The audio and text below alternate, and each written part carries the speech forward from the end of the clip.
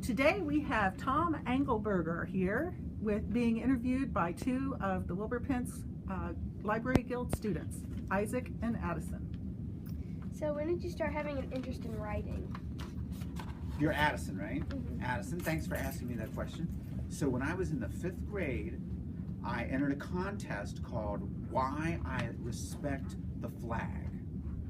And I didn't win the contest, but I got honorable mention, and honorable mention came with $10. So after that, I was like, wow, man, $10.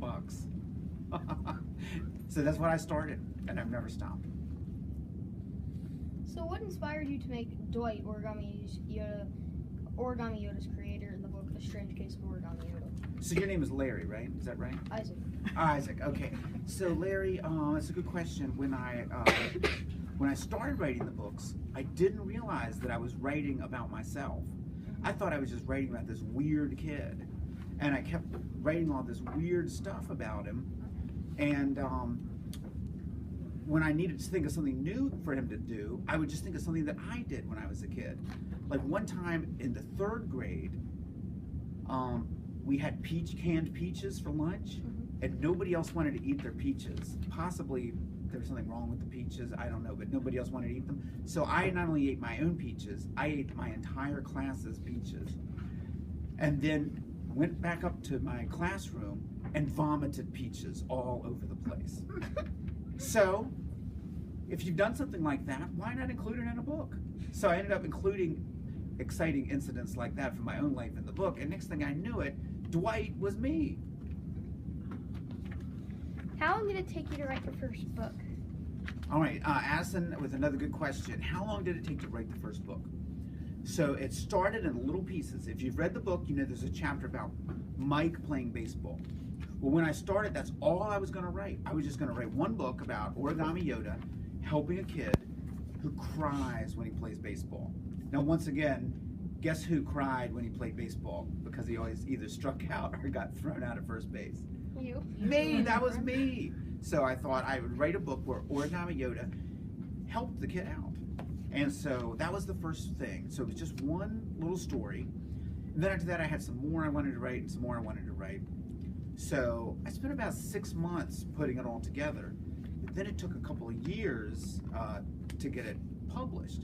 So it was about 6 months of writing, about 3 or 4 years from when I started to when it got published. Why did you decide to write the Origami Yoda series? Okay, so I love Star Wars and I love origami. And one day I was looking around on the internet and I saw a picture of an origami Yoda. Okay, it was really fancy and complicated, and I wanted to make one since I love Star Wars and I love origami. And I looked at the instructions, I realized it was too hard for me. So I realized it'd be easier to make up my own than to follow these crazy instructions. So I made my own, I put it on my finger, and he said, write a series of 7 books about me, you must. You believe that? Yeah, sure. It sort of happened like that, though. I realized, I put it on my finger, and I realized if you had your own Yoda finger puppet, he wouldn't say dumb stuff, he would say smart stuff. So that's what gave me the idea to write the books. Did your parents support you writing your books? Oh my gosh, my parents are very supportive of the books. They've been absolutely incredible. Of course, I dedicated the first book to my parents, and they've been great because they supported me when I was a failure.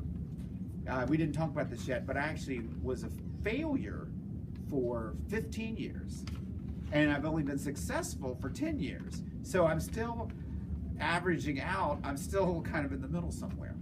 But my parents were supportive even when I wasn't doing good, even when nobody was reading my books. And now that people are reading my books, they're supportive and happy. At the end of every Origami Yoda book, you put tutorials of how to make the origami. Did you come up with this yourself, or did you find it online somewhere? Oh, the instructions in the backs are, in most cases, they're my own instructions that I made up. In one case, a kid sent me his instructions for making Darth paper, and I realized they were better than my instructions. So I wrote back to him and I said, hey, do you mind if I steal your instructions? And he said, go ahead. So the Darth paper ones are actually not mine, but this kid from Canada who was apparently better than I am.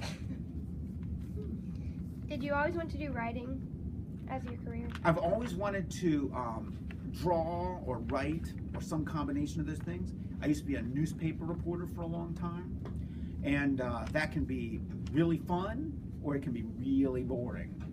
And actually, I have a new series out about a newspaper reporter who covers both kinds of stories, the fun ones and the boring ones. Is that the Quick Pick Papers? That's actually called Nellie Nutgraph.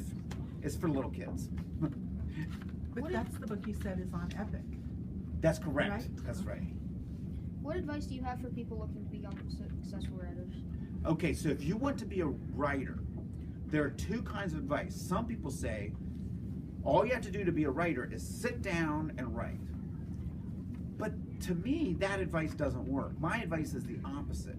I think if you want to write, you should get outside, do something fun. When I can't think of something to write about, I like to go for a walk. I don't like to just sit at my computer and look at a blank screen. I like to go out and do something. And so I've written books about stuff that I've done.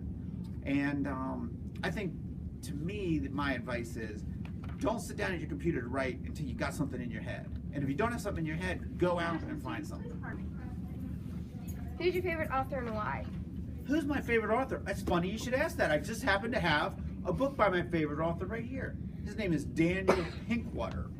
And he's still writing today, but he was also writing a long time ago when I was a kid.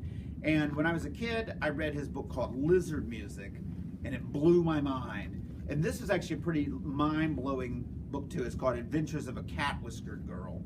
And there's all kinds of crazy stuff about UFOs and people with cat whiskers and pineapples. It's really wacky stuff, only for people that can handle something wacky.